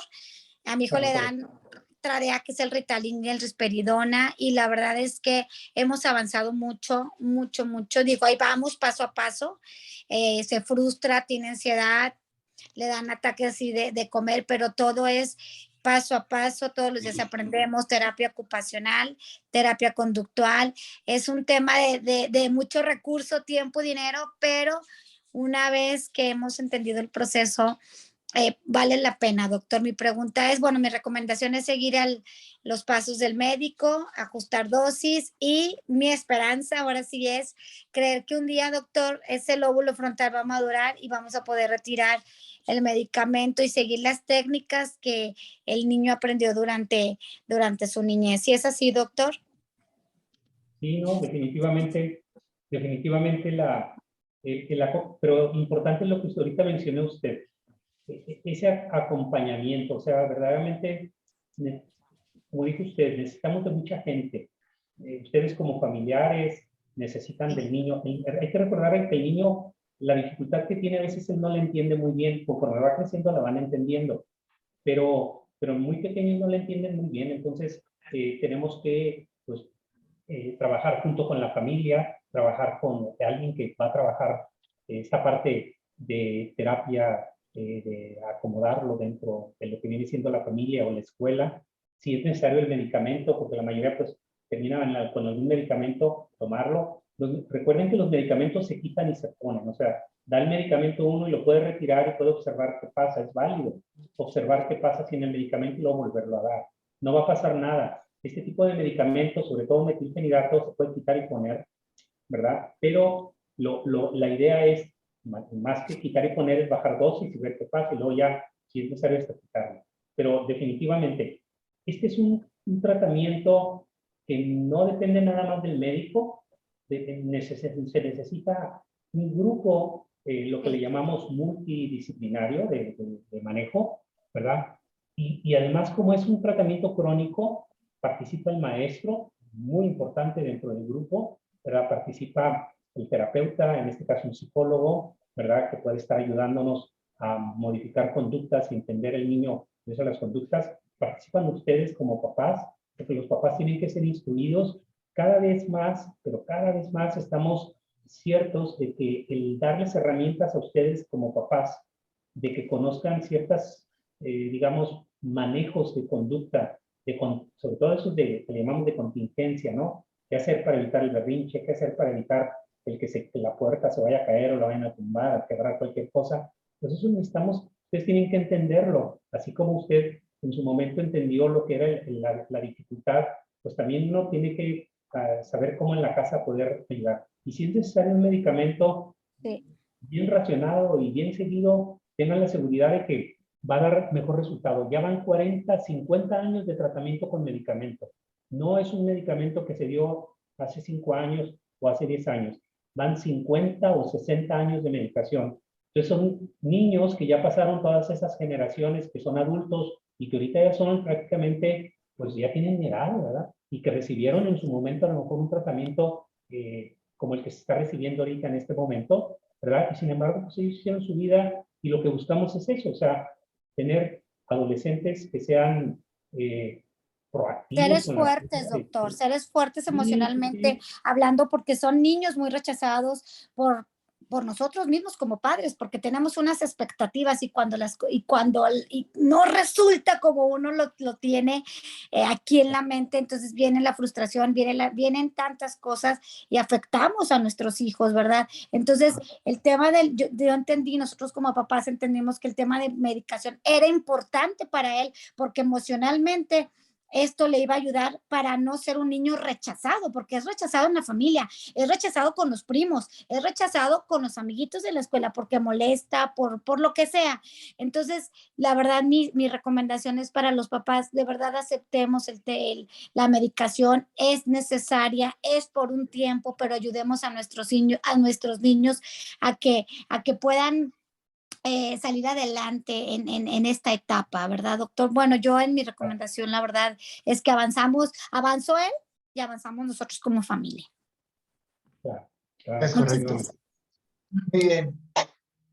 Amigos y familiares, doctor, ya son las 10:06, ya nos pasamos unos minutitos del tiempo. Quedaron varias preguntas, yo creo que nos las pueden escribir, nos las pueden mandar al grupo de WhatsApp y con mucho gusto se las vamos a transmitir al doctor para que las responda. Ustedes saben que, y es importante mencionarlo, esto es un programa absolutamente gratuito, ni el doctor nos cobra por esta plática, ni nosotros le cobramos tampoco a las familias por estar acá, es algo que hacemos justamente con la única y mejor intención de poder promover información y promover cultura de conocimiento sobre las diferentes situaciones que tenemos. Doc, estoy otra vez enormemente agradecido en nombre no solamente de todo el equipo de red, también de todas las familias que trabajan y colaboran con nosotros y de las familias que también se conectan. Hoy tuvimos más de 190 personas conectadas de manera simultánea, personas de Bolivia, personas de Ecuador, personas de Colombia, de todas partes de México también lo estuvieron escuchando. Entonces, evidentemente creemos que su conocimiento llegó a muchos lugares, afortunadamente, y sabemos que mañana puede ser un mejor día para muchas personas que hoy a lo mejor resolvieron algunas dudas o lograron tener un mejor nivel de conocimiento, ¿no? Les agradecemos mucho, les damos la gracia al doctor, a todos ustedes por haber estado. Recuerden que en 2 semanas vamos a hablar del déficit de atención desde la perspectiva educativa. Hoy hablamos desde la perspectiva médica, entonces vamos a complementar de cierta forma esta plática con recursos que tienen que ver con la educación. Incluso varios hicieron preguntas sobre modelos educativos y justamente vamos a hablar también de eso. Doctor Ricardo, usted es un eterno invitado para nosotros, no más tiene que, cuando quiera contarnos de algo, yo sé que podemos seguir contando con usted y esperamos que así sea. Y otra vez le reitero nuestro enorme agradecimiento por habernos acompañado en la noche de hoy. ¿Sí? Muchas gracias a todos, que descansen y nos vemos en 2 semanas para seguir con nuestro programa de formación de este 6º ciclo. ¿Sí? Hasta luego. Gracias, Doc. Hasta luego. Hasta luego a todos. Buenas noches.